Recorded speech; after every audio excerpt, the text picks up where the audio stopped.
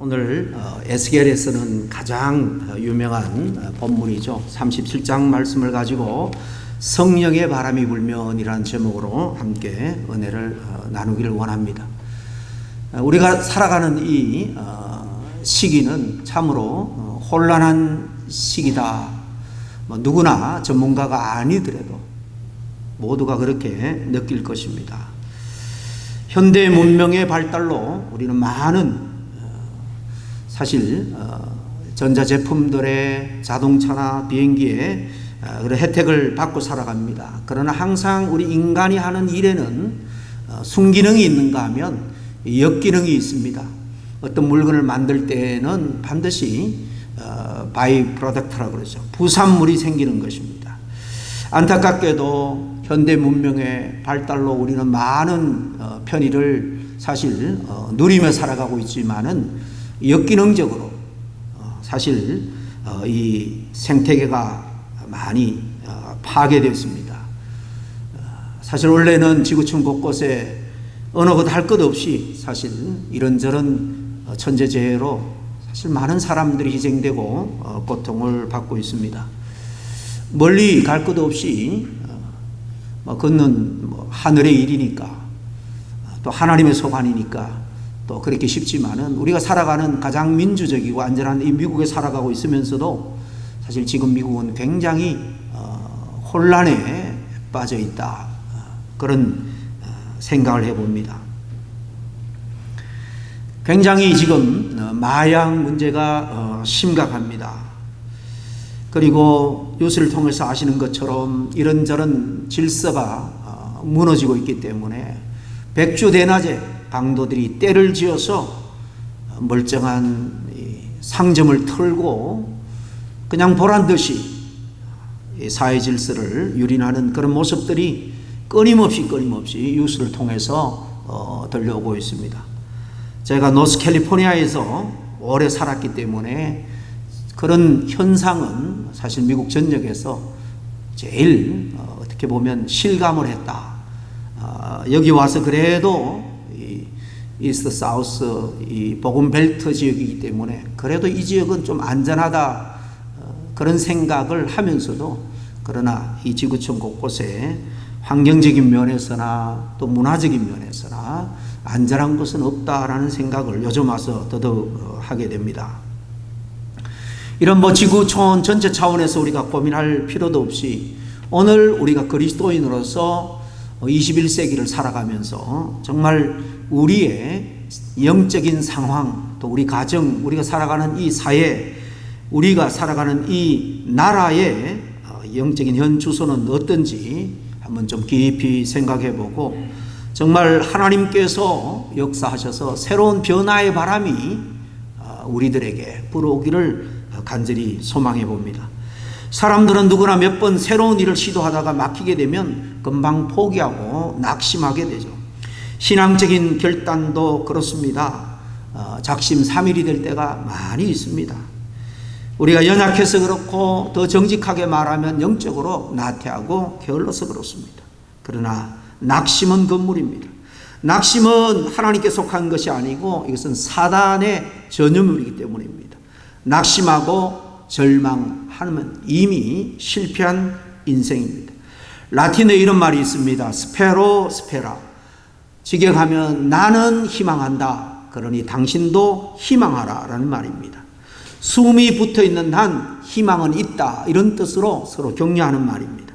세상 사람들도 이런 말을 하면서 마음을 다지는데 적어도 살아계신 전능하신 하나님을 믿노라 라고 하는 우리 성도라면 어떤 상황에서도 우리는 좌절하지 않고 소망을 가져야 됩니다. 희망을 가지고 살아야 됩니다. 우리 하나님이 전능하시고 긍휼이 풍성하신 분이기 때문에 우리가 처한 여건, 현실이 아무리 힘들고 어렵다 할지라도 하나님이 함께 하시면, 하나님이 역사하시면 모든 문제는 반전이 일어나는 겁니다. 하나님은 우리가 어떤 처지에 있든지 항상 소망을 주시는 분입니다. 성경을 자세히 보면 특별히 성령을 통해서 우리에게 새로운 소망과 희망을 불러일으키는 그런 역사를 많이 볼 수 있습니다. 성령의 능력으로 소망을 다시 찾고 이루도록 하신다는 겁니다. 그래서 사도 바울은 로마서 15장 13절에 이렇게 증거합니다. 소망의 하나님이 모든 기쁨과 평강을 믿음 안에서 너에게 충만하게 하사 성령의 능력으로 소망이 넘치게 하시기를 원하노라. 그러므로 우리 어떤 상황에서도 쉽사리 낙심하지 말고 정말 나를 보고 세상을 볼 때에 세상이 어떻게 될까? 나는 그 속에서 어떻게 내 미래가 펼쳐질까? 염려가 되는 일이 많겠지만은 이렇게 하나님께서 우리에게 성령의 은혜와 능력으로 충만케 하면 우리는 다시 소망을 회복할 수 있고 소망을 이룰 수 있는 길이 우리에게 열릴 줄로 믿습니다. 오늘 본문이 보니까 하나님이 성령을 보내심으로 말미암아 놀라운 역사를 이루는 일을 예언을 하고 있는 것을 봅니다. 역사적으로 보면 BC 6세기 남유다 왕국이 바벨론에게 멸망한 다음에 우리가 아는 것처럼 다수가 포로로 끌려갔던 그 암울한 시대입니다. 현실적으로 참으로 암담합니다.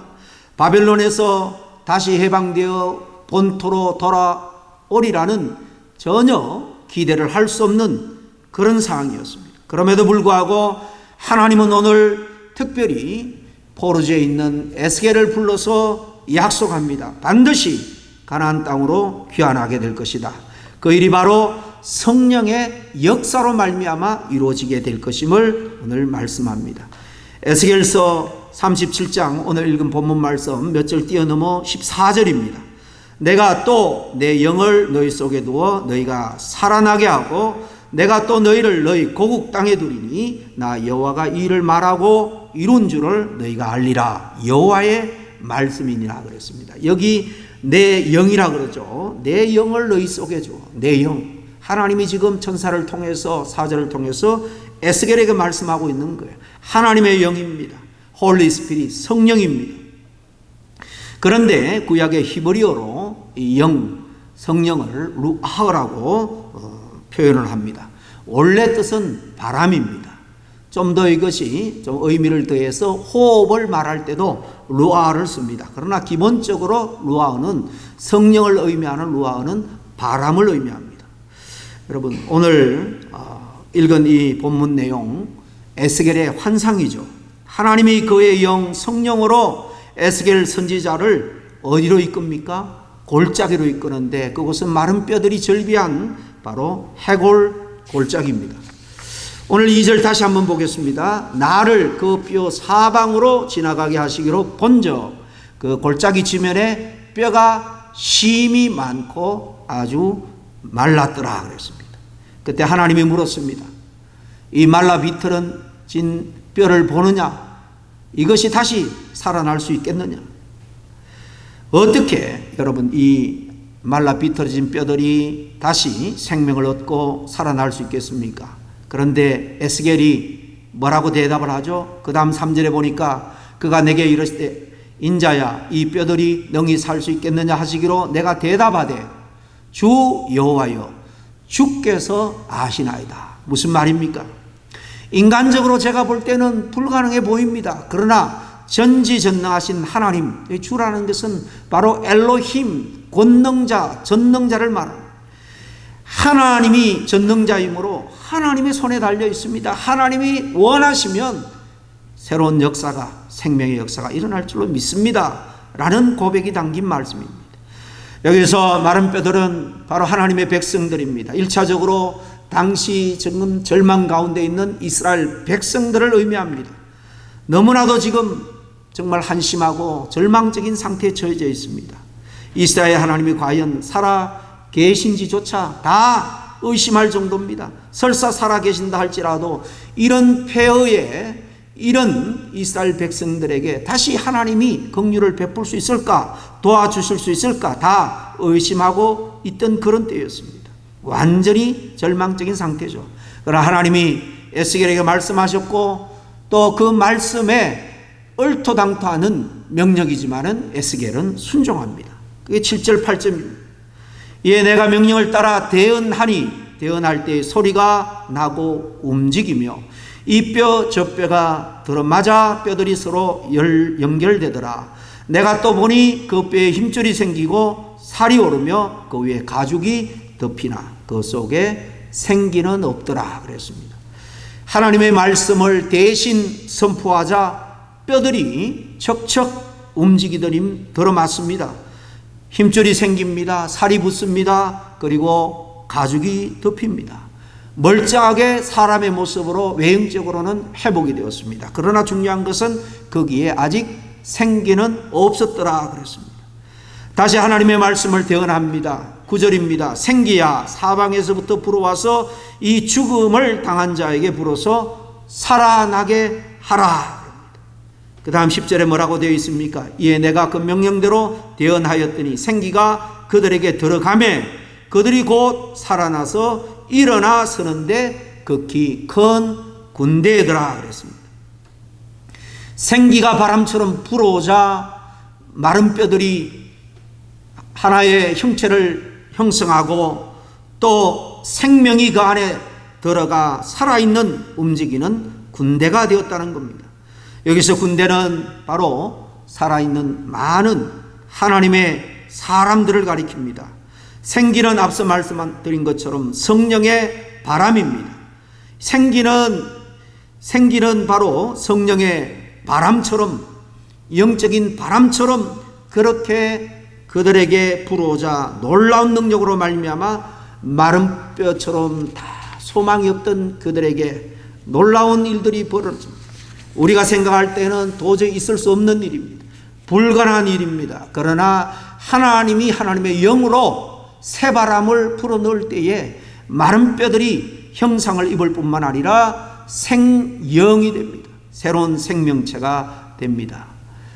그러니까 인간적으로 불가능한 지금 그 이스라엘 백성들 다수가 포로에 지금 절망 가운데 살아가고 있고 본토에 있는 부녀자들은 그 침략에 많은 부녀자들이 강간을 당하고 약탈을 당하고 정말 소망이 없는 그런 이스라엘 백성들 가운데 이제 분명하게 새로운 회복의 역사가 펼쳐지게 된다는 것을 오늘 이 환상을 통해서 하나님은 우리에게 말씀하고 있는 겁니다.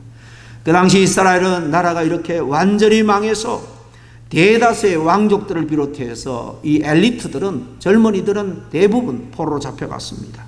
미래가 보이지 않습니다. 그러나 성령의 능력으로 모든 것이 원래대로 회복된다라는 것입니다. 바벨론을 격파한 바사 페르시아죠. 초대왕 고레스가 영을 내립니다. 이스라엘 포로들은 다 돌아가라. 그리고 그 후에 이스라엘 포로들이 차례차례대로 에레미야가 예언한 것처럼 첫 번째 포로 잡혀간 그때로부터 70년 만에 첫 번째 포로 귀한 자들이 돌아오게 됩니다. 실제로 역사 가운데 일어나게 됩니다. 그렇습니다. 본문에 나타난 이 환상은 1차적으로 이 포로로 잡혀간 이스라엘 백성들 또 절망 가운데 있는 이스라엘 본토민들을 향해서 지금 말씀하고 있는 것입니다. 그러나 성령의 바람은 오늘 영적인 이스라엘 교회 저와 여러분에게 불어오면 거룩한 새 생명을 새로운 역사를 일으키는 놀라운 능력이 된다는 사실입니다. 여러분, 성령의 바람이 불면 어떤 일이 일어날까요?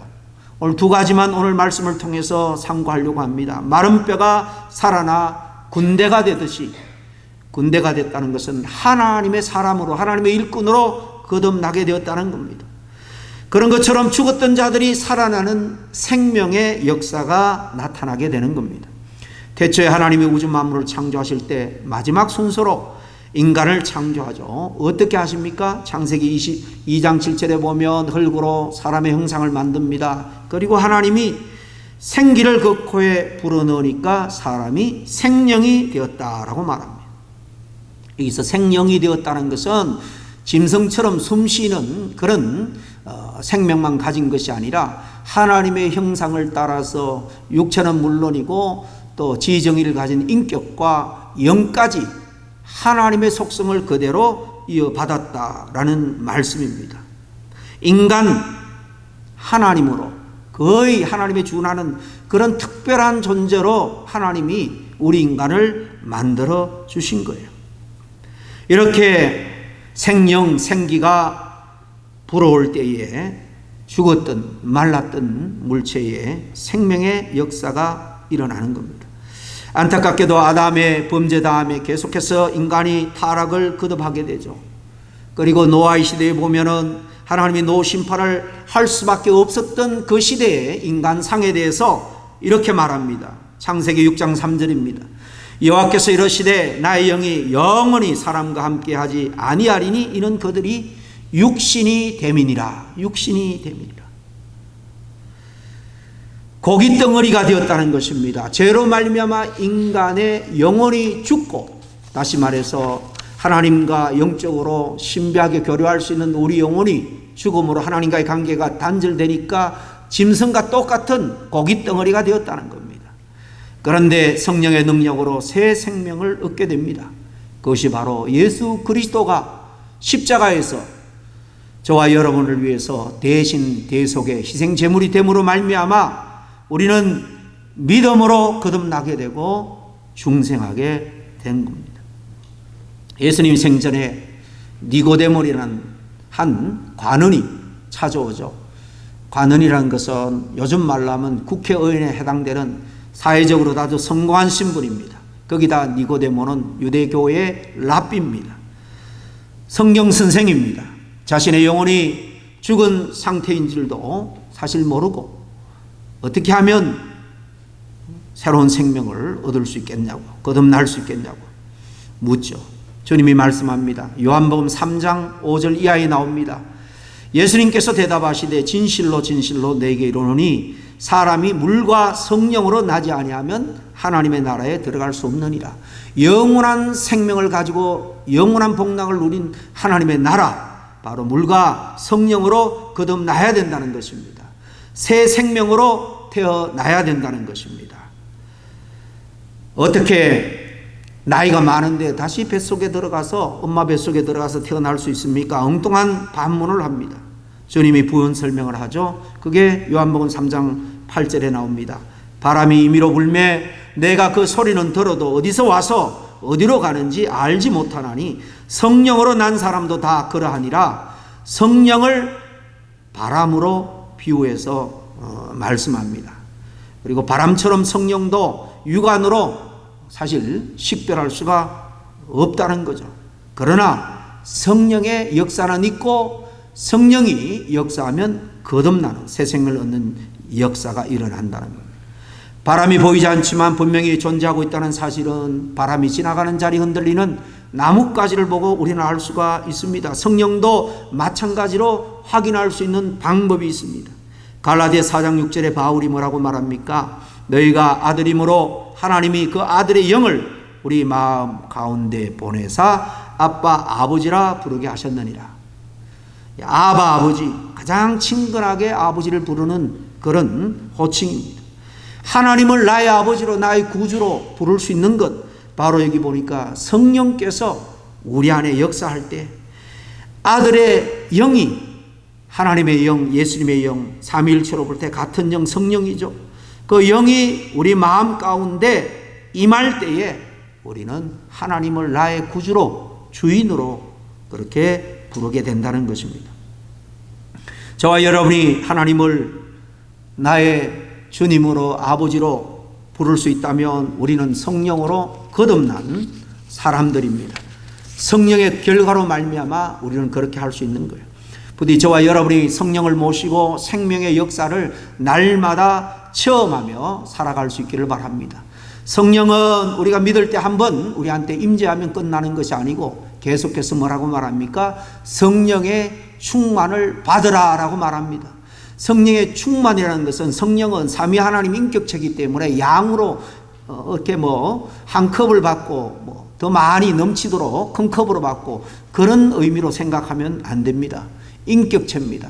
충만하게 받으라는 것은 성격이 인격체로서 내가 여전히 과거에 죄인으로 살아갈 때 내가 주인이 되어서 자행자재하며 살아갔던 그 모습을 이제 내려놓고 성령이 주인 되는 삶을 살아라. 라는 것이 바로 성령 충만입니다. 이것은 계속해서 끊임없이 우리가 애쓰고 노력해야 됩니다.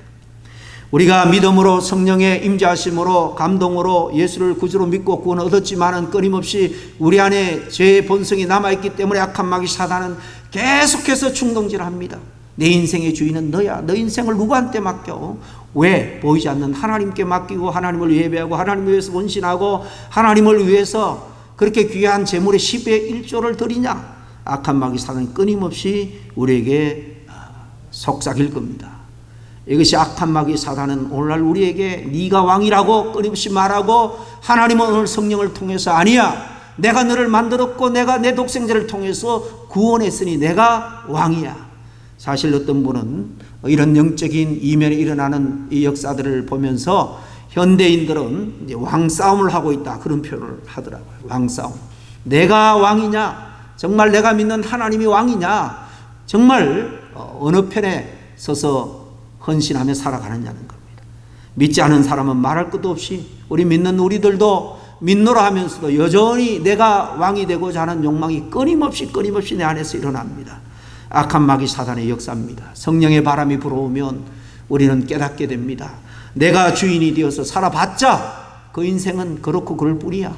세상에서 좀 더 성공하고 건강해서 장수하고 남에게 박수받고 존경은 또 받을 수는 있지만은 하나님이 부르면은 뭐라고 성경은 말합니까? 빈손으로 왔다가 빈손으로 갑니다. 성경의 진리가 가르쳐줘야 하는 게 아니죠. 이 지구촌에 나그네같이 왔다 살아간 수많은 우리의 선배들 다 마지막 우리에게 남긴 말 한마디 하라 그러면 그럴 거예요. 내가 다 살아봤는데 한평생 나그네 같은 인생, 정말 이 땅의 삶이 끝이라면 너무나도 허무하고 불쌍한 인생이 아니냐. 그러나 우리는 죽어도 장례로 마지막 서비스로 드리는 것이 아니고 천국으로 보내드리는 기쁨의 환송 예배로 드릴 수 있는 것은 바로 우리에게는 영원히 멸하지 않는 새 생명, 영이 있기 때문입니다. 그 영이 우리 안에서 역사할 수 있도록 성령께서, 하나님의 영 성령께서 정말 우리 안에 주인이 될 수 있도록 하는 삶을 살 때에 정말 우리의 절망 가운데 살아가는 모든 그런 인생의 문제들이 하나 둘 회복이 되고 우리의 이 땅의 삶이 풍성한 영생의 삶, 천국의 삶과 연결이 될 줄로 믿습니다. 그러므로 우리는 이 땅에 살아가면서 성령의 충만한 은혜와 능력, 그 성령의 바람이 늘 우리의 심령을 간통하게 함으로 말미암아 지금 여기에서 약속된 천국의 삶, 영생의 삶을 살아갈 수 있습니다. 그러므로 그 삶을 여기서부터 우리는 누려야 됩니다. 세상에서 성공하고 더 많은 것을 누리고 그게 달려있는 것이 아닙니다. 하나님이 우리 안에 있다면, 성령 하나님이 우리 안에 있다면 뭐가 여러분 두렵겠습니까? 죽어도 천국이고 약속된 많은 하나님의 면류관이 있는데, 축복이 약속되어 있는데, 바람이, 성령의 바람이 우리한테 불어올 때 이렇게 새 생명의 역사가 일어날 뿐만 아니라 절망 가운데, 실패 가운데 좌절했던 우리 인생이 다시 회복되는 새로운 변화의 역사가 일어나게 되는 것을 성경은 말합니다. 무엇보다 배신자 겁쟁이였던 예수님의 제자들을 여러분 보세요. 어떻게 변화됩니까? 마가다락방에서 성령의 역사가 임할 때 그들은 새로운, 전혀 다른 제자로 거듭납니다. 예수님께서 마지막 만찬 때 그들이 다 배신하고 도망갈 걸 알았습니다. 그럼에도 요한복음 16장 22절에 보면 그들에게 소망을 줍니다. 약속을 사실 하고 있는 거예요. 지금은 너희가 근심하나 내가 다시 너희를 보리니 너희 마음이 기쁠 것이요 너희 기쁨을 빼앗을 자가 없을 것이다. 주님은 몇 날이 못 되어서 이제 몇 시간이 못 되어서 이제 십자가에 달려 돌아가시는데 다시 너희를 보게 될 것이고 그때는 너희가 기뻐하게 될 것이다. 그 기쁨, 영원한 새 생명의 기쁨 아무도 빼앗을 자가 없다라고 말합니다.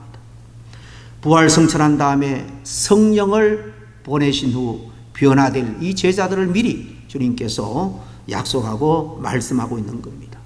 성령이 다락방에서 그 오순절 임할 때 그들은 겁쟁이가 아닙니다. 더 이상 배신자가 아닙니다. 담대하게 일어나서 복음을 외칠 때 특별히 베드로가 외치니까 불과 며칠 전에 십자가에 못 박으라고 외쳤던 유대인들을 회개시킵니다. 세례받게 합니다. 그들이 모여서 형성한 것이 바로 이 땅의 첫 교회, 초대 예루살렘 교회입니다. 그러니까 성령의 바람이 임하면 그 사람의 마음속에서부터 변화가 일어납니다. 소심하게 불안해하는 자가 담대해집니다. 인생에 대해서 늘 부정적인 마음으로 가득 찼던 자가 긍정적으로 변합니다. 하나님의 약속을 믿기 때문입니다. 미움으로 가득했던 자가 넉넉한 마음의 소유자가 됩니다. 그 변화가 가정으로부터 확산됩니다. 더 나아가 일터에, 국가에, 내가 사는 그 지역에 영향력을 미칩니다. 새로운 변화의 물결을 일으킵니다. 새로운 세계의 역사가 일어날 수 있습니다. 이건 지난 역사를 통해서 우리는 분명히 확인할 수 있는 것입니다. 여러분, 지금 전 세계에서 그래도 가장 인권이 보장되고 민주적인, 모범적인 민주국가로 누구나가 주인처럼 그렇게 당당하게 살아갈 수 있는 나라, 영국과 미국이죠. 그런데 불과 이 300년만 해도 정말 자린무도하기 짝이 없는 그런 나라였습니다. 우리가 잘 아는 나 같은 죄인 살리신 작사자는 존 뉴턴 목사라는 것을 잘 압니다. 그분의 이야기를 많이 들어봤을 것입니다. 그 당시에 노예 무역선의 선장으로 온갖 죄악을 범한 사람입니다. 원래 그런 사람이 아니었습니다. 신실한 엄마 밑에서 어릴 때는 신앙교육을 잘 받았습니다. 안타깝게도 어머니가 일찍 세상을 떠나면서 과처럼 이곳저곳 떠돌아다니면서 신앙의 길을 저버리고 만 겁니다. 그런 흑인 노예를 잡아다가 파는 일을 하면서 잔혹한 일을 수도 없이 많이 했습니다. 근데 어느 날 배가 파손되면서 극적으로 하나님의 도우심으로 살아난 것을 깨닫게 됩니다. 하나님 앞에 회개합니다. 돌아옵니다. 그리고 어느 날 토마스 아 캠피스가 지은 그 그리스도를 본받아 성경 다음으로 많이 출판되었다는 이 귀한 책을 읽고 큰 변화의 경험을 겪습니다. 그의 고백은 성령의 바람이 자기를 강타했다는 겁니다. 그는 후일에 목사가 되어서 눈물을 흘리면서 복음을 전할 뿐만 아니라 당시 영국의 하원 의원 월버포스라는 양심 있는 정치인에게 영향을 끼쳐서 그로 하여금 하나님으로부터 흑인 노예 제도 폐지의 소명을 불러일으킵니다. 당시 영국의 국가 수입의 3분의 1은 노예를 아프리카에 잡아다 판 그 부분이 경제적으로 3분의 1을 차지할 때였으니까 노예 폐지 운동은 이 국회에서 아주 그냥 절벽에 부딪히고 말았습니다. 숱한 핍박도 받았습니다. 그러나 끝내 이 일이 성취가 되죠. 너무 힘들어서 포기하라고 할 때, 그리고 존 뉴턴 목사가 임종하던 그 직전에 거의 56년 정치 인생 끝에 노예 무역 폐지가 이루어집니다. 더 넘어서 노예 해방 법령이 통과되는 소식도 듣게 됩니다. 이것이 바로 미국의 에브라임 링컨에게 영향을 주어서 미국에서 흑인 노예 해방 운동이 일어나죠. 뿐만 아닙니다. 우리 대한민국도 사실 구한말 일제 시야 속에 얼마나 고난과 고통의 삶을 살았습니까? 일제 흉계가 더 짙어갔대 1907년 평양 장대인교회에서 부흥회를 가졌죠. 몇 날 며칠 사실 말씀을 주로 선교사들이 정하는데 냉랭하기 짝이 없었습니다. 그 당시 장로님 길선주 장로님이 자신의 죄악을 깨닫고 자복하며 회개하기 시작합니다. 이 회개의 물결이 이 장대인교회에서부터 전국적으로 부흥의 운동, 회개의 운동으로 퍼져나가 100만 구령 운동이 전개됩니다. 그 결과로 일제 그 강점교회도 교회가 성장하면서 해방과 또 사회 변혁에 지대한 영향을 미치게 됩니다. 성령의 새바람이 우리 심령에 그리고 우리 교회에 불어오기를 저는 간절히 소망해 봅니다. 우리가 당면한 여러 신앙적인 문제들로 인해서 정말 돌아볼 때 우리가 정말 마른 뼈 같은 그런 형상이 아닌가 절망할 때도 있습니다. 그러나 하나님이 함께 하시면 얼마든지 하나님이 귀하게 쓰는 그런 군대로 환골탈태할 수 있다는 겁니다. 부디 성령의 새바람을 먼저 경험하고 나로 인해서 변화의 물결이 우리 가정에서 교회에서 나로 시작되기를 간절히 소원합니다. 성령님을 사모하고 충만해질 수 있도록 여러분 애쓸 수 있기를 바랍니다. 이것만이 우리의 신앙과 교회를 새롭게 할 수 있는 길이고 또 타락의 길로 걸어가고 있는 이 시대 세계를 밝힐 수 있는 등불이 될 수 있을 줄로 믿습니다. 누가 이 일에 먼저 앞장서시겠습니까? 바로 나부터 하나님의 은혜와 성령의 충만한 그 은혜를 사모할 수 있는 그런 결단이 이 시간 이 자리에 있기를 간절히 축원합니다. 기도하겠습니다. 하나님 아버지 감사합니다. 우리는 오래 신앙생활을 했습니다. 수천 번 수만 번 예배를 드렸고 또 성경을 읽었고 또 여러 주제를 따라 성경 공부도 했습니다. 머리에 든 것도 많고 보고 들은 것 경험들이 많습니다. 그러나 우리의 심령은 냉가리처럼 싸늘하게 식어져 있지는 않습니까? 하나님 아버지, 새 생명을 부여하고 새로운 변화를 일으키는 성령의 바람이 은혜와 능력으로 우리를 지배하기를 간절히 소원합니다. 아버지 하나님, 내가 주인이 되어서 내 인생을 계획하고 살아갈지라도 주님 언제든지 다 내려놓고 오라 하면 미련 없이 놓고 갈 수밖에 없는 것이 나그네 같은 이 땅의 삶입니다. 우리의 영혼까지 책임지시는 우리 하나님을 주인으로 모시고 성령 충만한 삶, 여기서부터 정말 하늘의 삶, 천국의 삶을 누리는 승리의 삶을 우리 모두가 다 살아갈 수 있도록 축복하여 주시옵소서. 예수님 이름으로 기도합나이다. 아멘.